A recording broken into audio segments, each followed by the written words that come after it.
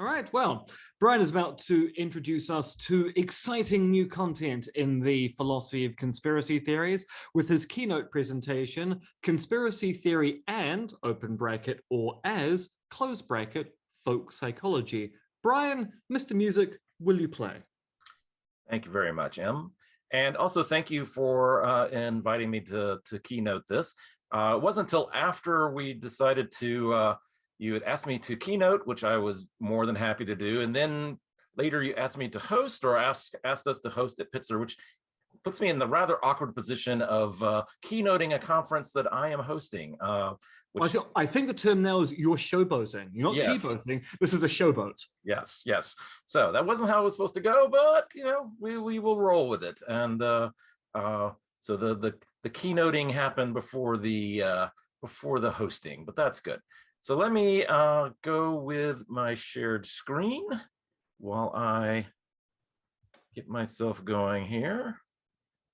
So we're going to share that, play that. Okay, so that's my, in the old days, you used to have focus slides to make sure things were focused, but we don't really need those now. But yes, so here's the talk.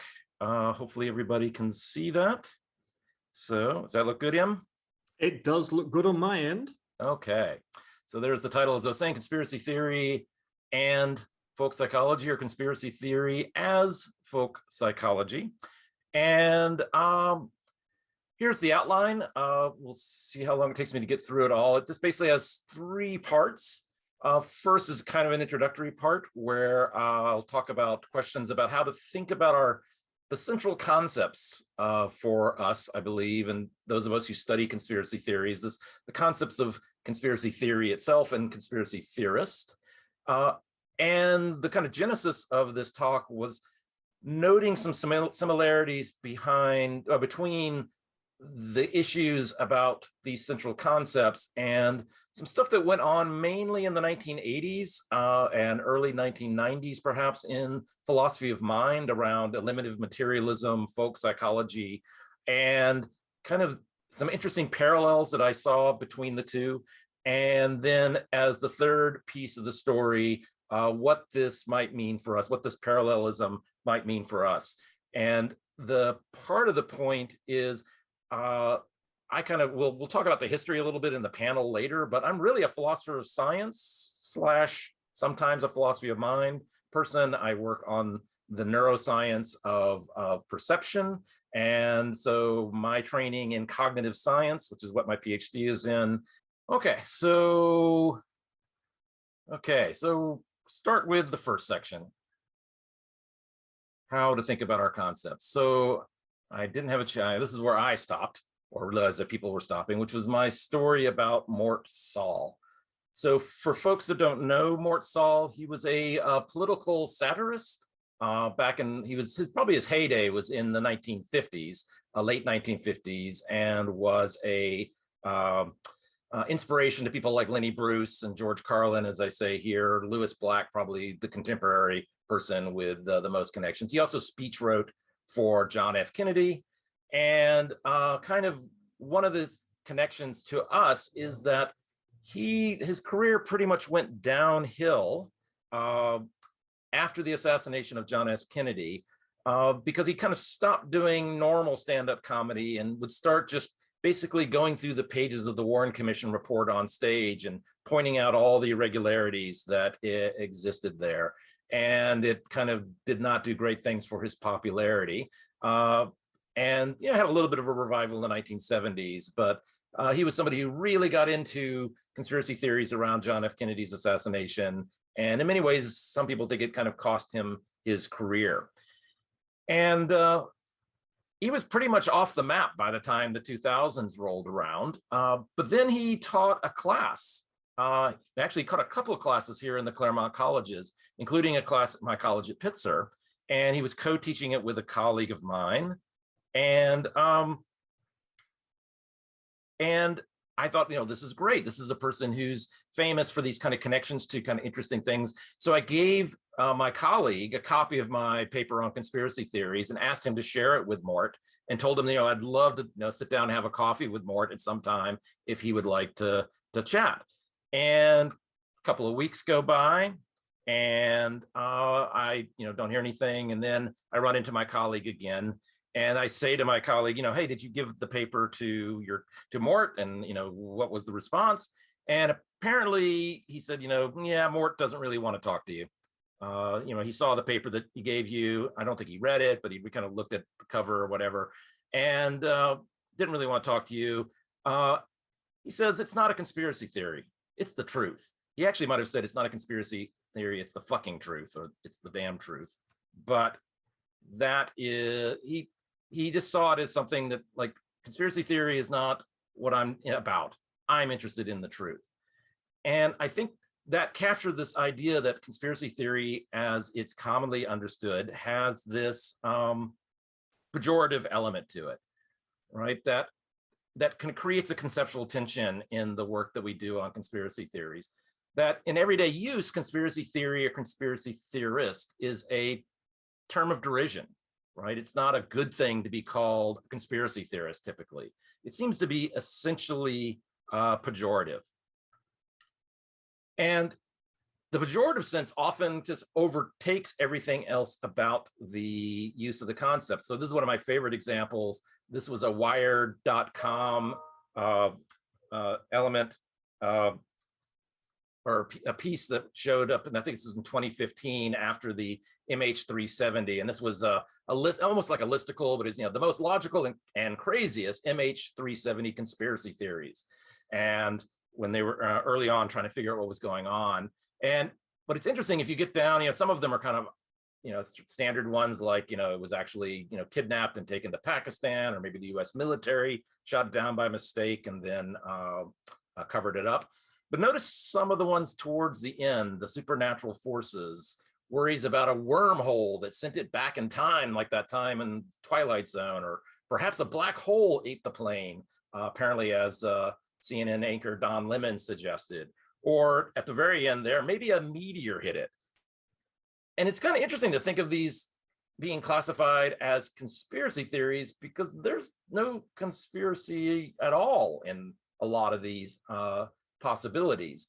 I mean, it seems to just be using the term conspiracy theory as just simply a kind of cover for a wacky theory, or a wildly implausible theory, or just a bad theory.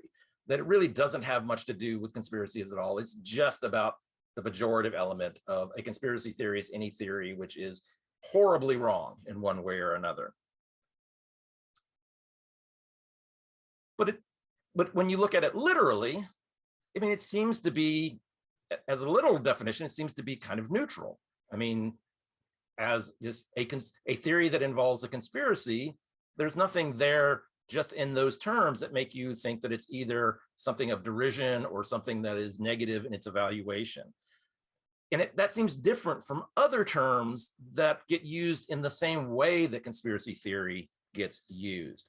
Take, for example, witch hunt. So to be, witch hunt, to call something a witch hunt seems to be pretty essentially negative, right? That, that's, you're not complimenting an endeavor if you call it a witch hunt. But in some sense, it makes sense to call a witch hunt a negative thing, or use witch hunt in this negative sense, because there are no witches, or at least there aren't any witches in the sense that's being attributed to or being invoked by the term witch hunt. It's the idea is that, yeah, you're hunting for something. It's almost like a snipe hunt, right? It's the idea that it's something that doesn't exist. But that isn't the case in the case of conspiracies and conspiracy theories. Sometimes, as we know, conspiracy theories turn out to be true. And there are perhaps lots of conspiracies. So it's interesting that conspiracy theory gets treated like witch hunt, even though witches don't exist, but conspiracies do. So there's this kind of tension in the literal definition of the term and its literal usage in the world and existence in the world, as versus its negative connotations. And we see this in in a variety of papers that are discussing the conspiracy theory and talking about philosophy of conspiracy theory. So here's a paper by Napolitano and Reuter from just a couple of months ago. They say in their paper, in much of the current academic and public discussion, conspiracy theories are portrayed as a negative phenomenon linked to misinformation mistrust in experts and institutions, and political propaganda. Rather surprisingly, however, philosophers working on this topic have been reluctant to incorporate a negative evaluative aspect when either analyzing or engineering a concept of conspiracy theory, right? They're pointing to this conflict of, on the common sense term is clearly negative, but philosophy, and at least some academics, as well as in the public, take it that way. But they say, rather surprisingly, philosophers seem to want to treat it in this more neutral way. And then in this particular paper, they go on at the end to say, you know, we argue for engineering conspiracy theory to encode an epistemic evaluation. And I think they mean a negative epistemic evaluation, and to introduce a descriptive expression such as conspiratorial explanation to refer to the purely descriptive concept of conspiracy theory, right? So there's this tension about how to think about this central term. Is it essentially negative, and how should we talk about it? And like I said, this dispute rings some bells for me, because this isn't the first time, as I say, philosophers have encountered some deep-rooted tension between how phenomena are characterized in ordinary language or in common sense usage, and on the one hand, and on the other, scientifically or academically characterizations of those same phenomena. And we see this happens a lot of times in philosophy. I'm not claiming this is the only time it has, but this is, in my own intellectual history, I think traces back, I think in interesting ways, to the work of Wilfrid Sellars in the 1960s, who published a couple of papers where he contrasted two different ways of seeing the world, two different images, the manifest image and the scientific image. So this is quoting from Sellars, right? I have characterized the manifest image of man in the world in the sexist language of the 1960s. So I've characterized the manifest image of man in the world as the framework in terms of which man encounters himself. This is the idea of the human being as a person in the philosophical sense, a creature of reason and reasons. Or as commentators De Vries and Triplett put it, right? It is the manifest image is our refined common sense conception of what the world and ourselves are and how they interact. That's contrasted with the scientific image, which, as Sellars puts it, the scientific image presents itself as a rival image to the manifest image. From its point of view, the manifest image on which it rests is an inadequate, but pragmatically useful likeness of reality, which first finds its adequate, in principle at least, likeness in the scientific image. So you have these two different, there's the world as we understand it in common sense, and then there's the scientific image of the world, and these are rivals on his account. And the point is not to degrade one or the other. He argues that both images are important and have their roles. And in fact, it's the existence of these two images that create part of the project for philosophy. So he says of these, right, the aim of philosophy, abstractly formulated, is to understand how things in the broadest possible sense of the term hang together in the broadest possible sense of the term. Under things in the broadest possible sense, I include such radically different items, not only as cabbages and kings, but numbers and duties and possibilities and finger snaps, aesthetic experience and death, right? The idea that all these different things, the things from science, the things from our common sense, all need to be kind of put together and to create a coherent story, how to make coherent our manifest image alongside or as part of the same story as our scientific image of ourselves. So that brings us to the second part, eliminative materialism, folk psychology, and philosophy of mind in the 1980s. So from Sellars, we get to Churchland, or the Churchlands. So it turns out Wilfrid Sellars was one of the professors that Paul Churchland worked with as a graduate student. And I was a graduate student of mainly Pat Churchland, but also Paul Churchland was on my dissertation committee as well. And I've published I've edited a book on Paul Churchland as well. So I know a lot about the Churchland's philosophy, and in many ways, I'm kind of the philosophical grandchild, as it were, of Sellars, since I learned a lot about philosophy from the Churchlands. And they took this from the ideas of Sellers, developed a position that they're famous for, or at least famous for arguing on behalf of, which is eliminative materialism, a particular approach to understanding the nature of mind, and in particular, the role of different sciences in understanding the mind, and how we should conceptualize the mind in our scientific accounts of the mind. So a question that they confront with eliminative materialism, or eliminative materialism offers an answer to questions like this, is such as, how do we think about the role of common sense mental concepts within a thoroughly scientific psychology? So take an everyday generalization, such as, if someone has the desire for X and believes that the best way to get X is by doing Y, then barring certain conditions, that person will tend to do Y. Right? That's a pretty standard kind of way of understanding, in a very common sense sort of way, things that we do and our neighbors do. And what the philosophers of mind are interested in is, look, you notice that this contains certain terms like desire and belief. These are concepts that come from our manifest image and our common sense understanding of ourselves. And the question is, well, what role will desire and belief have in a scientific psychology of behavior, as we try to go beyond the folksy wisdom of folk psychology or of common sense psychology, and try to develop a more robust scientific understanding of human behavior. So here's one argument that gets made by the eliminative materialists when thinking about this question of what's the role of common sense psychology within the sciences. And the first step of this argument is this idea that common sense way of approaching the world and explaining and predicting the things in the world, let's give that a name. Let's call that folk psychology. You could call it common sense psychology, but traditionally in 20th century Anglo-American philosophy, it gets called folk psychology. So the first premise is merely that folk psychology exists. And then the second premise is the first kind of substantive premise of eliminative materialism. It's the claim that folk psychology is actually theoretical in nature. It's a theory. It's something which makes theoretical posits and predictions and tries to explain the behavior of the things that are covered by folk psychology.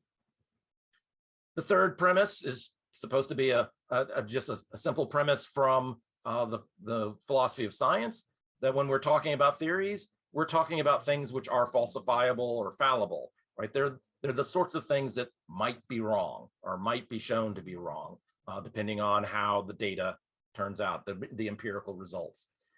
So from those first three premises, you get the first conclusion of eliminative materialism, which is that folk psychology is falsifiable, right? It's eliminable, right? It's the sort of thing that could turn out to be wrong. And that's the kind of weak conclusion that comes out of eliminative materialism. But then you add another substantive premise to the argument. You say, there's good reason to believe that folk psychology is indeed an incorrect scientific psychological description of us or of animals or whoever it's supposed to cover. And if you add that conclusion, then you get a far stronger second conclusion from eliminative materialism, that folk psychology should be considered false, that it should be eliminated. And that's the thrust behind the argument, is this idea. It's an argument that common sense psychology in some sense is wrong-headed and needs to be, or at least we need to be open to the possibility that large chunks of it may not be playing a role in our scientific psychology. So what? I mean, what are the consequences or implications of folk psychology? Well, there's a couple of different answers that can be given. The one I'll focus on today, or there's two that I want to focus on, but one I'll focus on today is that, look, in some sense, one conclusion is to say, it just means psychology is just like the rest of the sciences, and that all the sciences have counterparts in common sense. And psychology is a relatively new science, in the sense that it was only becomes a science in the mid-19th century. And as sciences go, it's kind of Johnny come lately. But if you look at other sciences, physics, biology, and so forth, you've already seen something like eliminative materialism happen, right? So as I say, answer one, just as many common sense physics ideas, right? So think about things that were once part of common sense physics, the idea of impetus in Aristotelian Greek physics, geocentrism, the idea that what is the Earth? Well, the Earth is this flat thing at the center of the solar system with everything else moving around it. The idea of the heavenly sphere, where the fixed stars are on this heavenly sphere moving around, right? These were all part of our common sense understanding of the physical world, and they were all eliminated from scientific physics, right? So we just don't talk about impetus anymore. We recognize that geocentrism and the concept of what the Earth is under that description, it's just simply false, and we don't currently talk about it as part of our contemporary physics. And that just as this happened to common sense physics, the upshot of eliminative materialism in the philosophy of mind is that at least some of our common sense psychological ideas should be eliminated from psychology. The second answer or implication of this is also to note that, but the folk can keep talking the ways they always have. This is an argument about how science should be conducted and how scientific talking should be done. So as I say, right, the folk want to talk about the sun rising and the sun setting and talking about the sun going around the Earth. Yeah, sure, let them do it. I mean, the folk can talk however they want. It's actually quite useful. It's, people aren't, even though we realize that in some sense, the rising and setting of the sun should be put in scare quotes because that's not actually what's happening. It doesn't really matter. That's not what the eliminative materialists are focused on. They're interested in how should we talk scientifically. So what is why believe this argument, or what can we walk through the argument and look and see what is at play? Well, let's start with the first premise. So the idea that folk psychology exists is supposed to be just kind of like a description of how things are as a starting point. I mean, another way of putting folk psychology exists is just to say, we have a strong disposition as humans to explain and predict the behaviors of others by positing beliefs, desires, and everyday mental states. It's just something that we do. It's not supposed to be a controversial claim at all. It's a way of capturing a set of behaviors that we as humans do. Philosophers like to call these things the propositional attitudes, but again, that's philosophical jargon. The substantive stuff is in this second premise, this idea that folk psychology seems to be explanatory. It seems to attempt to explain things. It seems to attempt to predict things. It seems to be the sort of thing that has the characteristics of a theory. And it turns out in the 1980s, when these arguments for eliminative materialism were being argued over, that second point is one that got a lot of attention, and a lot of people who did not like the conclusions of eliminative materialism, this is where they placed their energy and tried to attack it and undermine the argument. So here's a more recent example. I mean, Alex Rosenberg has maintained that folk psychology is so simple and mind-numbingly obvious, it seems almost preposterous to call it a theory. It's like, well, maybe it's a theory, but it's a pretty simple-minded theory, powerful theory, but very simple. But other kinds of complaints, I mean, some people thought, it's really not a theory at all. It's more of a simulative practice. It's related to our experience of empathy. It's not theoretical in the sense that it makes theoretical posits with hypotheses and all the sorts of things that we expect theories to do in the philosophy of science sense, but that it's rather something, it's a human practice. And it's a human practice of kind of putting ourselves in other people's shoes as a way of kind of understanding the world from their point of view, as opposed to a more general law-based or natural kinds-based approach to understanding. Or another approach that people took to disputing this second premise is to actually kind of turn things on its head and say that, look, the idea that folk psychology is a theory is the suggestion that what folk psychology does is explain stuff. But instead, what a number of people pushed back on and said, no, it's actually the other way around. It's not the thing that does the explaining. It's the thing that we need to explain, right? We need to explain why it is that people go around and and posit beliefs and desires and other sorts of things. It's an interesting behavior that we do, and it needs explanation, but it itself isn't an explanation. So in philosophy of science terms, right, it's the explanandum, not the explanans, right? It's not the thing that does the explaining. Folk psychology is the thing that needs to be explained. Why does it exist? Why do we do it? And one example in my own work is thinking about the philosophy of perception and the neuroscience of perception, right? You take something like the concept that humans have 5 senses, right? And it's been claimed that this is an element of our common sense folk psychological understanding of perception, that it comes in 5 different forms, right? That it's, and again, it goes back to Aristotle. We have seeing that we do with our eyes and hearing that we do with our ears, but there's also touch and taste and smell, that these 5 senses explain, well, on one view, they are posits that explain how it is that we do perception. And in my work as a limited materialist, when I'm thinking about the senses, I want to argue that, you know, as an explanatory framework, that is fallible and in many ways wrong. It turns out it's not universal. Many other cultures use a different counting of the senses, that divide up the senses in different ways. The common sense here is not actually completely common. And there's all sorts of other senses that we want to talk about in us and other animals that aren't covered in that set of 5. But one way in which people have argued against my work, there are people like Matthew Nuds in Britain who said that no, the idea of 5 senses is not something that is an explanatory thing to explain perception. No, if you are a theorist of perception, one of the things you have to explain is why we think there's 5 senses, right? What is it about the human sensory experience that we say 5 when asked how many senses we have? That's a fact about humans, he wants to claim, that needs to be explained. And so this kind of turning of folk psychology as the thing that does the explaining is versus being the thing that is explained is important, because if it is something that needs to be explained, then this argument for eliminative materialism isn't going to work. There's not a lot of dispute about the third, or there hasn't traditionally been a lot of a dispute about the third. It's like, yeah, this seems like, you know, a pretty well-worn idea that comes from philosophy of science, that part of being a theory is being falsifiable. So there hasn't been much pushback on that. And if those 3 premises are true, it does seem like it's a valid conclusion that folk psychology is falsifiable. But then other people are okay with these first 3 premises and that first weak conclusion that, you know, folk psychology is the sort of thing that could be false. They're more worried about this 4th claim, right? This 4th premise that there is good reason to believe that folk psychology is indeed an incorrect scientific psychological explanation. What sorts of evidence do people like the Churchlands and others that are in favor of folk psychology or of eliminative materialism give?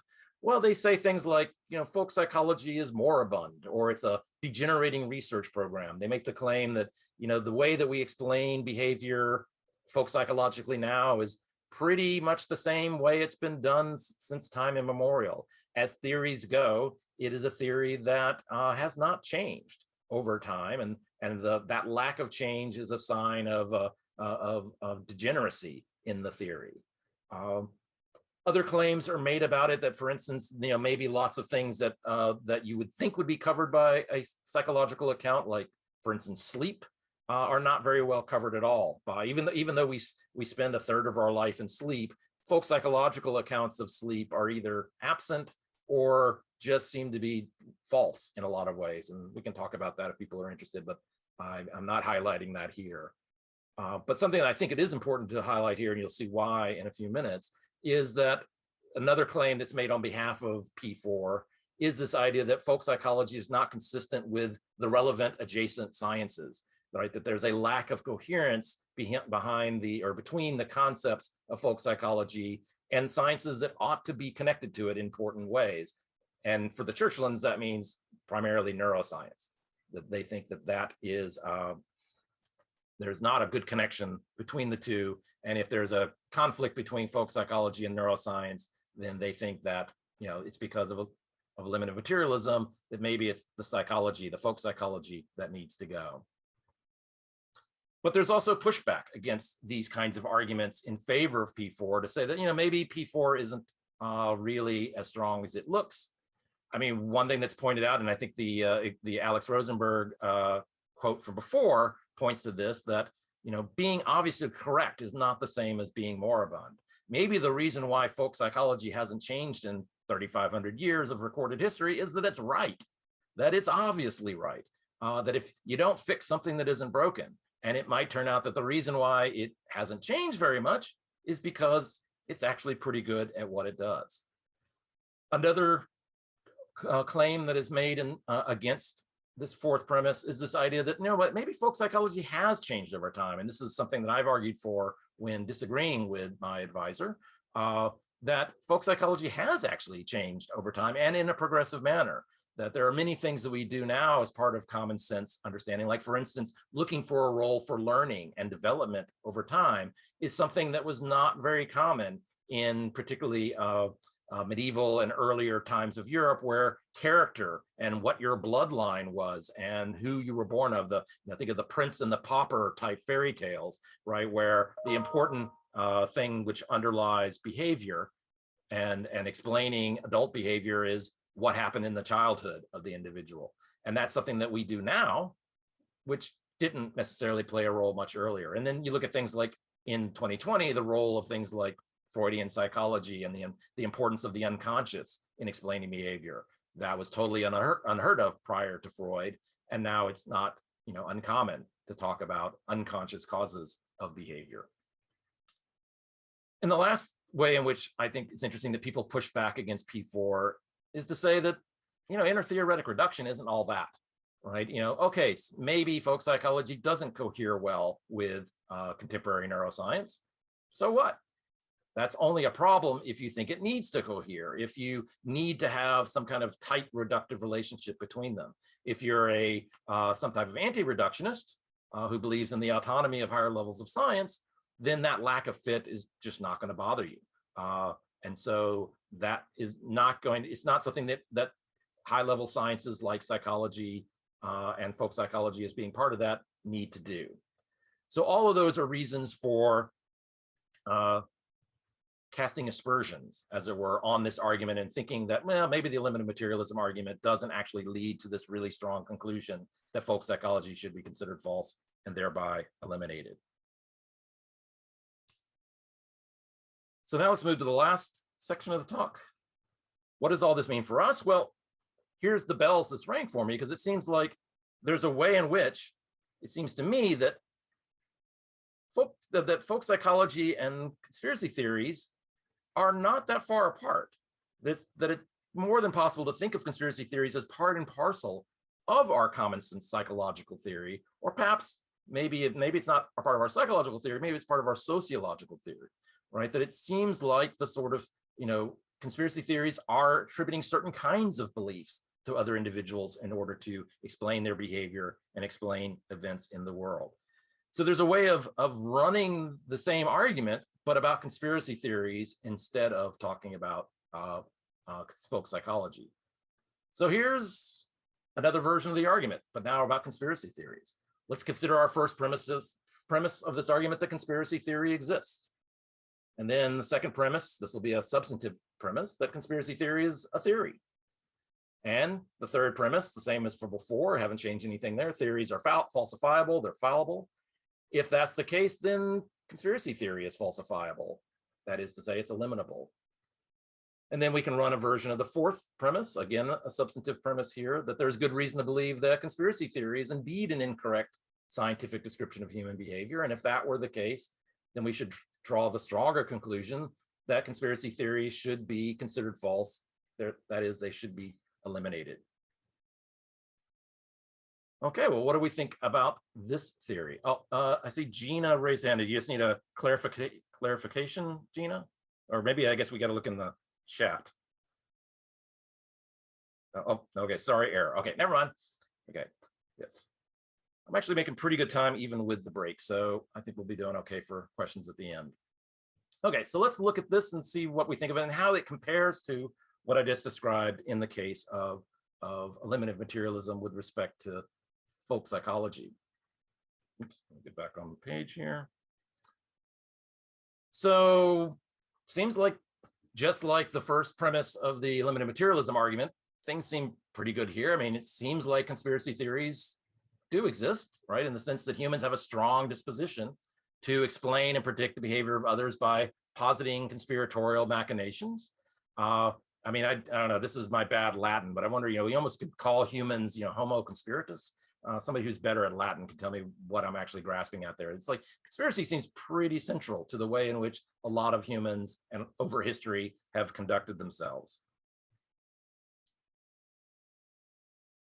But I think much the same way as we saw with folk psychology, the idea that conspiracy theory is a theory is actually we see this contested in much the same way that we saw it contested in the case of eliminative materialism with folk psychology.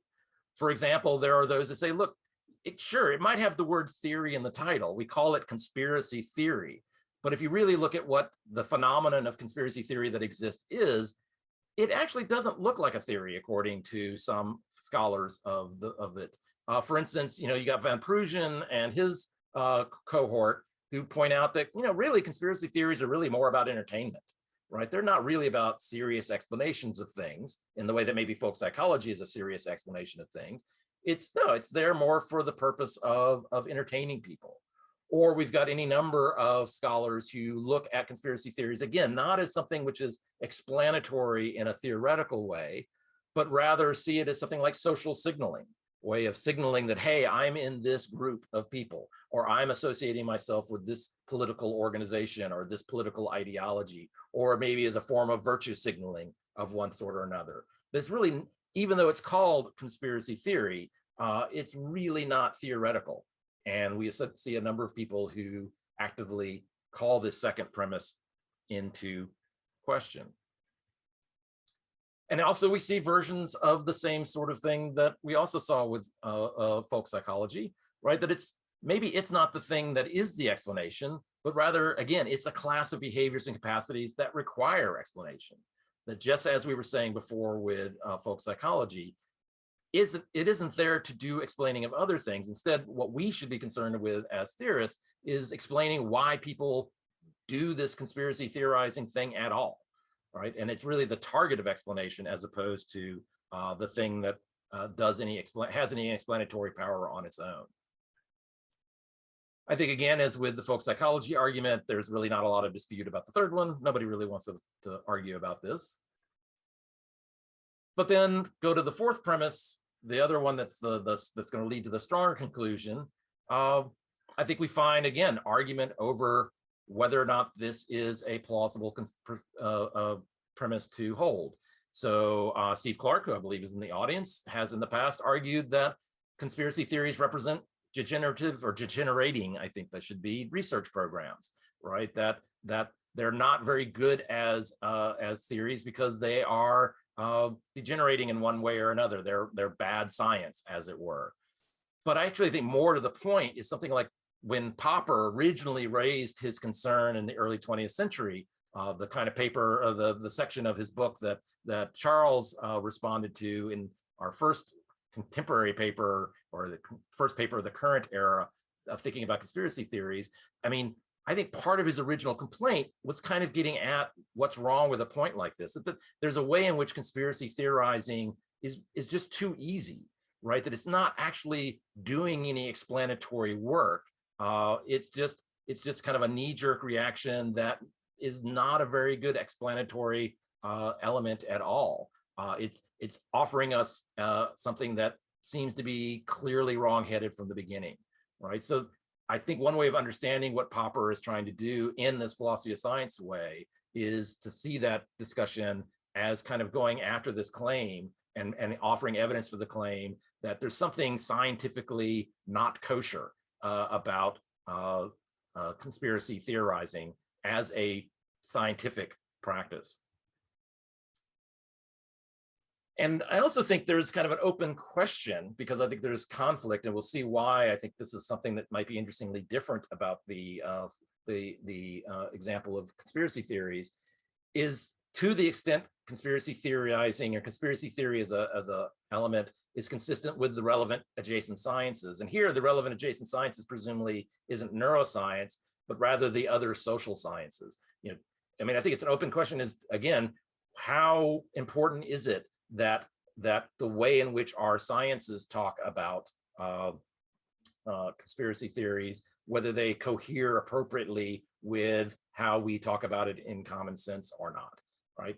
And if there's a mismatch, if we find a significant mismatch, is that supposed to be a problem for conspiracy theories that should lead us to think that it should be eliminated? Oh, I see Steve's correcting me online, but yeah, some are, yes, true, but I think some of them aren't. But yeah, we can continue that in the question and answer. But there's also, I think, pushback against this kind of a claim, the idea that there's reason to believe that conspiracy theories are incorrect scientific descriptions of human behavior. I mean, I think in many ways, or one way of looking at Charles's claim about, if you want to consider yourself a politically literate, historically literate individual, you have to accept that conspiracy theories are happening all the time and throughout history, and that you would have to be, what he calls an Athenian idiot, somebody who's just completely daft and disconnected from understanding the world, to not take conspiracy theories seriously as the correct explanation of lots of different things. That Popper was just out to lunch when he was complaining about these in a knee-jerk sort of way, that if anything, the knee-jerk reaction should be to believe them in a sense, or at least, if you're going to be historically illiterate. And again, I guess actually this is repeating what I was just saying a few minutes ago. To what degree should common sense terms, or should our common sense terms, cohere with what social scientists, qua social scientists, theorize about the world?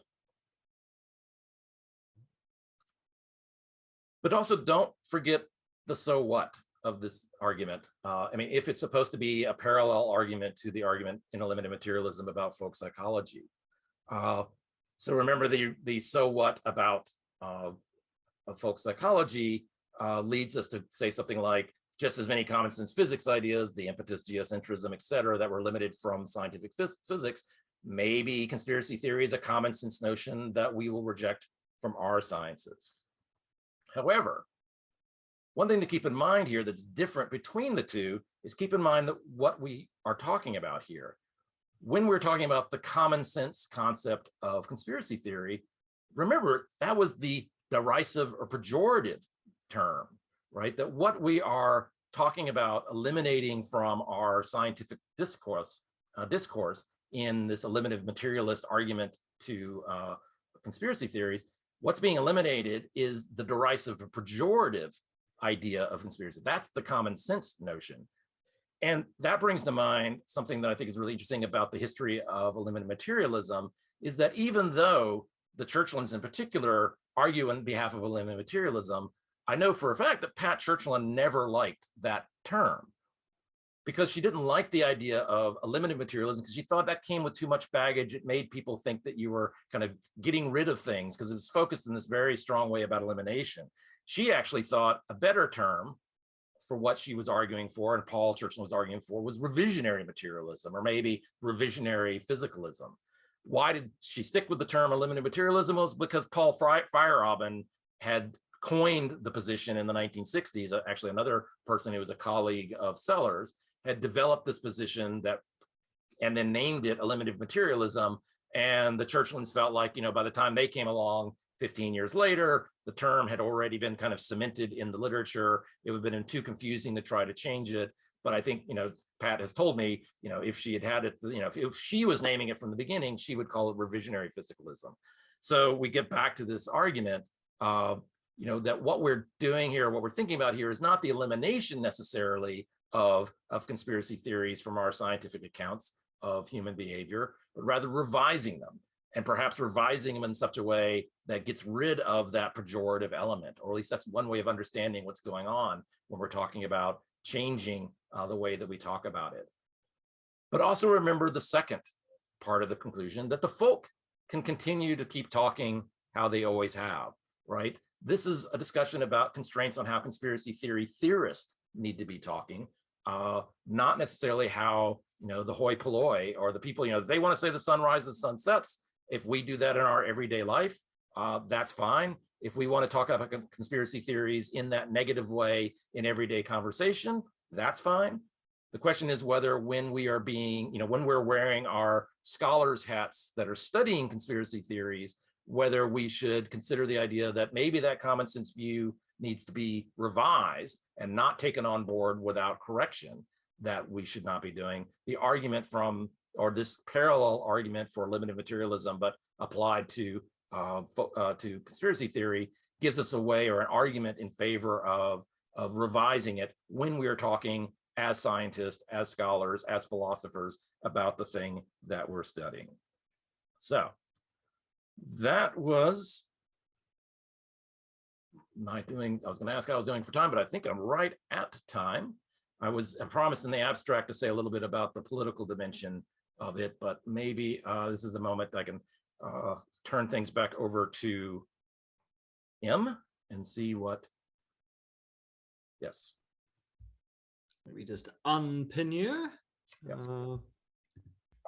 Oops. Oh, you are now. Oh, yes. And I'm back here. So let me go ahead and turn off the sharing so it doesn't crash everything. Oh, yes, of course. Yeah, that's the reason why you're monopolizing the screen. There we go.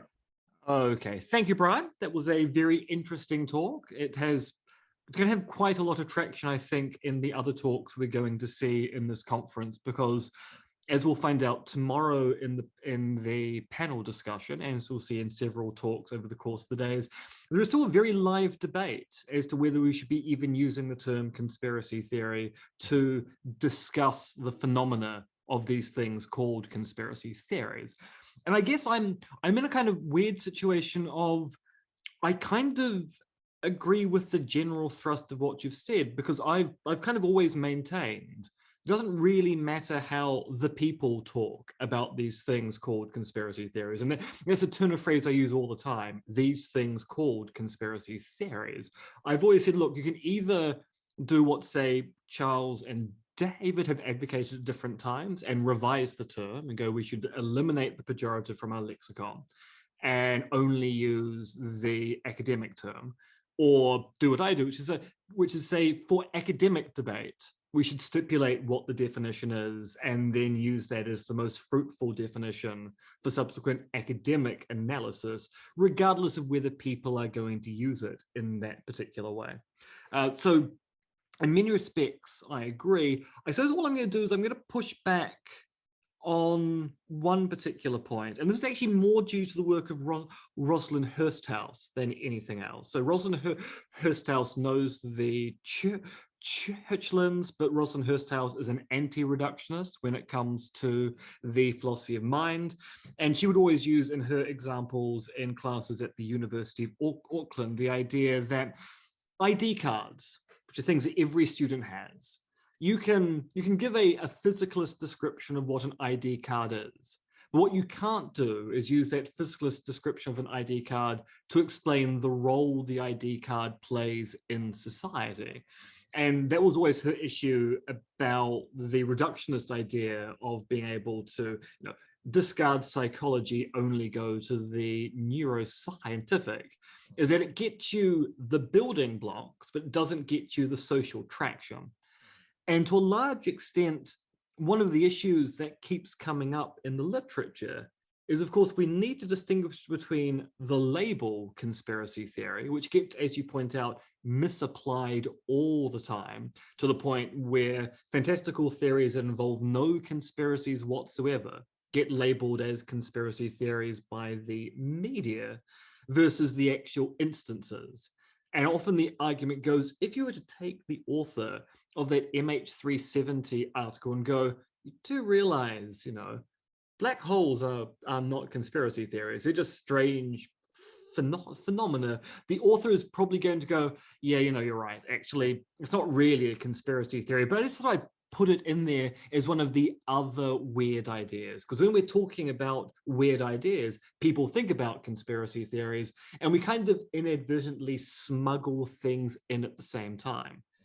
And so I sometimes think that maybe the problem with the debate is we're insensitive to the notion that labeling practices are actually a completely separate thing from the way that we actually talk about things in the world. We get labels wrong all the time, in part because of social construction, and in part because humans are notoriously lazy when they speak about things and take shortcuts. And maybe that's part of the problem there. We think it's a metaphysical concern, but actually what we're talking about really is a social concern or a labeling practice concern, which isn't easily resolved by metaphysics. It's probably more resolved by being better at policing language in particular kind of debates. Yeah, and I think a lot of the things that we're going to fall under that are going to be arguments that are going back to that argument against that second premise, right? Of when we say, conspiracy theories are theories, that's the problem with that is this idea that, well, but folks, the conspiracy theories do a lot of other things, right? That the rest of that argument is based on the idea that it's theoretical and then hence fallible. If the social concerns and such that are raising is pointing to, and I think that's getting into also some of the political dimension stuff that I mentioned before, that the political dimension of conspiracy theories underlie a lot of the non-theoretical role of conspiracy theories, right? That they have, that there's a lot of ways in which conspiracy theories get used where they're just not being used as theories at all, right? Like, I think stories where people are using conspiracy theories not because they're even proposing that these are things that are true. They're just raising their hand and going, I'm on this team. And if you agree with me, it doesn't mean that you think my conspiracy theory is true.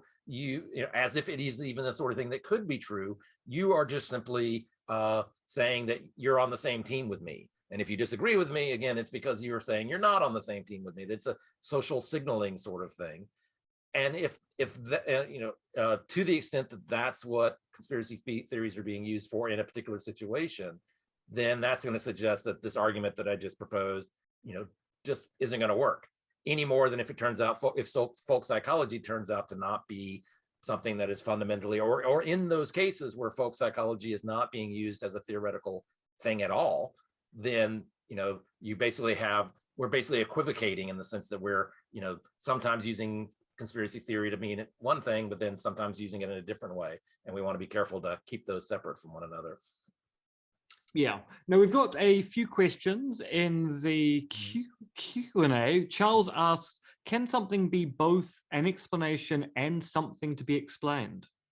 I think it can be, but then in that case, sometimes this argument's going to apply, and then sometimes it's not, right? Because this argument is based on the idea of it being the thing that's doing the explaining. If it has this dual role, then when it's the thing to be explained, it's a set of phenomena that need to be explained, then again, it shows that, that something more subtle is going on or something more complicated is going on.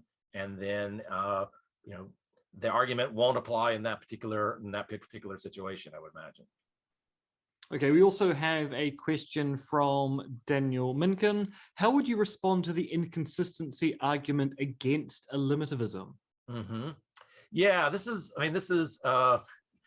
this idea that limited materialism is somehow pragmatically self-defeating, and this idea that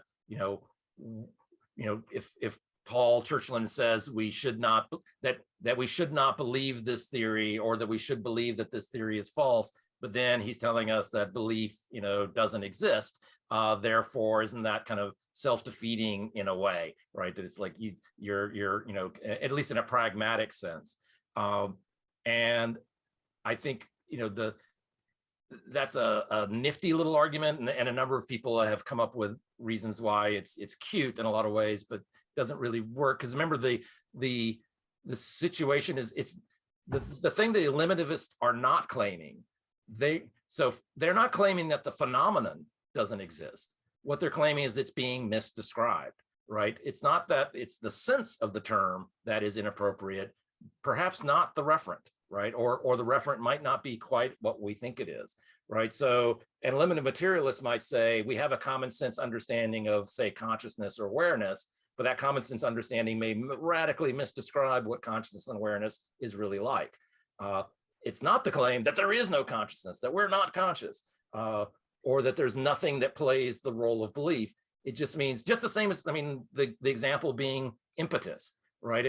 We no longer talk about impetus because there's nothing in contemporary physics that quite maps on to what the term impetus meant for the ancient Greeks. But we do have a concept of momentum, which is not unlike impetus in a lot of ways. It's fundamentally different in other ways, but there's something that impetus was trying to get at. It just was getting at it badly, and getting at it so badly that we just were, we're not going to use that term anymore. We're going to develop a new term so it doesn't have any of the baggage that went with what came before. But things do move, and they do move when you throw them. It just so happens that when you throw them, you're not imparting impetus. You're doing something else as described by physics. And so with that in mind, it's hopefully undermines the kind of pragmatic self-defeating aspects of it. Now, I'm going to steal a few minutes from the break we'll have after the panel to raise one more question. So we've got two kind of related questions here from Daniel and Jonathan, which is basically, why should we be avoiding the negative load or the pejorative with respect to conspiracy theory? So what is the motivation for trying to get rid of the negativity associated with this particular label or term? I mean, the claim is partly revolving around this idea that the negativity is inappropriate in some way, right? And I think the example I was given before about witch hunts, right? There's a negativity associated with witch hunts, but maybe the negativity there might be appropriate because there is no such thing as witches, and therefore, you're not violating anything or going astray by, as long as you're using that term appropriately, for a case which should be called a witch hunt. Witch hunts are negative in their connotation. The problem with conspiracy theories is, I think the problem that many of us got into this discussion is that we were trying to figure out how to tell the good conspiracy theories from the bad conspiracy theories, right? How do we, Charles has a point, right? History is chock-a-block full of actual conspiracies, right? And it's the intellectual challenge is to figure out which ones we should believe in and which ones we shouldn't. And the worry about the negative connotation story is it seems to prejudge the issue in a way that prejudges the issue in a way that prevents us from, as scholars who are trying to figure out what we should be doing, are going to be led astray. I think that was at least my original motivation for trying to come up with a neutral term, in order so that then we could talk about what I called unwarranted conspiracy theories, in order to distinguish them from the warranted ones. But if all conspiracy theories are unwarranted, if that's redundant, to say unwarranted conspiracy theory is just simply a redundant term, then we're left trying to figure out, well, what about all the conspiracies that really did happen? I mean, whatever happened to Jimmy Hoffa, it probably was a conspiracy, but we don't yet know the answer.